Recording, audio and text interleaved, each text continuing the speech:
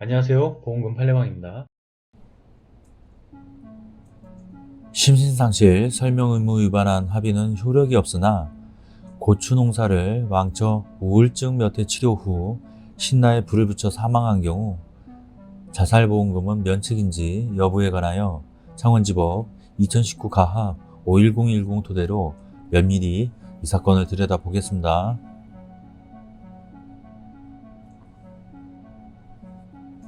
우선 인정사실에 의하면 피보험자 망인은 아래와 같이 여러 건의 상해사망보험을 가입하였고 보험기간 중에 트럭 뒷자리에 신나를 몸에 뿌리고 불을 붙여 사망하였습니다. 본안전 항변에 관한 판단, 관련 법리, 재판 사정에 비추어 합의서의 기재는 부동문자로 인쇄된 일반 거래 약관의 예문에 불과하여 법원은 이에 구속되지 않는다라고 판시하고 있는 바, 제출한 증거들만으로는 원고 A가 망인의 사망으로 인한 이 사건 제3, 4, 5 보험계약에 따른 각 보험금과 관련하여 부재소 합의를 하였다고 인정하기는 부족하고 달리 이를 인정할 만한 증거는 없습니다. 이유는 다음과 같습니다.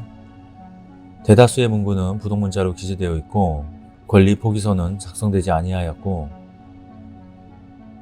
제목은 지급 요청서인데 내용은 면책과 관련된 내용이므로 제목과 내용이 서로 상이합니다. 또한 민형사상 이의를 제기하지 않을 것을 확인합니다 라는 내용도 부동문자로 기재되어 있고 특히 부동문자로 인쇄되어 있는 심신상실 등으로 자유로운 의사결정을 할 수 없는 상태의 의미에 관하여 충분히 설명을 하였는지 증거가 부족합니다. 이러한 재반 사정에 비추어 원고 A가 부재소 의사로 이 사건 문서에 서명한 것이라고 보기는 어렵습니다. 본안에 관한 판단,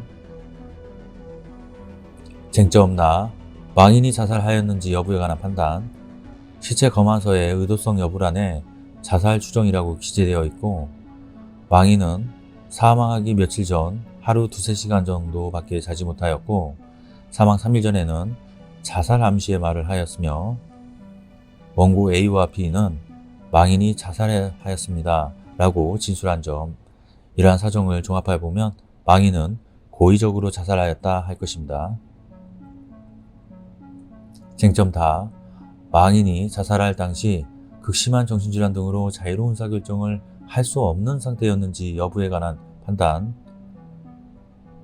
관련 법리, 상해사망보험계약에서 자살을 면책으로 규정한 경우 그 자살은 망인이 극심한 정신질환 등으로 자유로운 의사결정을 할 수 없는 상태에서 사망한 경우는 제외하고 있고 이러한 우연성과 사망 간의 인과관계는 수익자가 증명할 책임이 있습니다.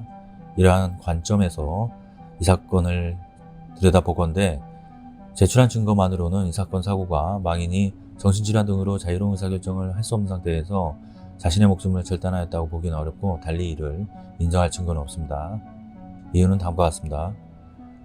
우울증이 있다는 자체만으로 곧바로 자유로운 의사결정을 할 수 없는 상태라고 단정하기 어렵고 주치의는 자유로운 의사결정을 할 수 없는 상태에 있었는지 여부에 관하여 정확히 언급하기 곤란하다라는 소견을 회신하였고 망인은 평소 외향적이고 사망 직전까지 직접 운전을 하였으며 작업 지시도 하였는 등 사회생활을 정상적으로 하였고 사망 3일 전에는 자살 암시의 말을 하였으며 사망 직전에는 원고 A에게 전화하여 내 몸에 신나를 뿌렸다라고 말한 사실에 비추어 망인이 이 사건 사고 당시 자신을 통제할 수 없는 극단적인 상태에 있었다고 보기는 어렵습니다.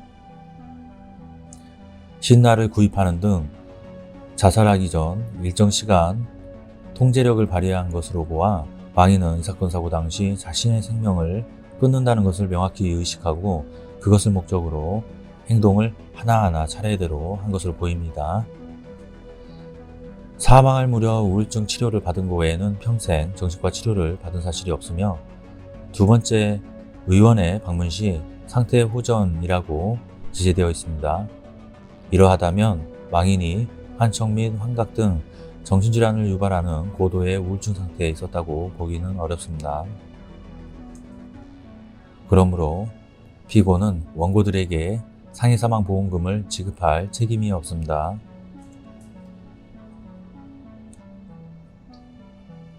마치겠습니다. 긴 시간 시청해 주신 점 고맙습니다.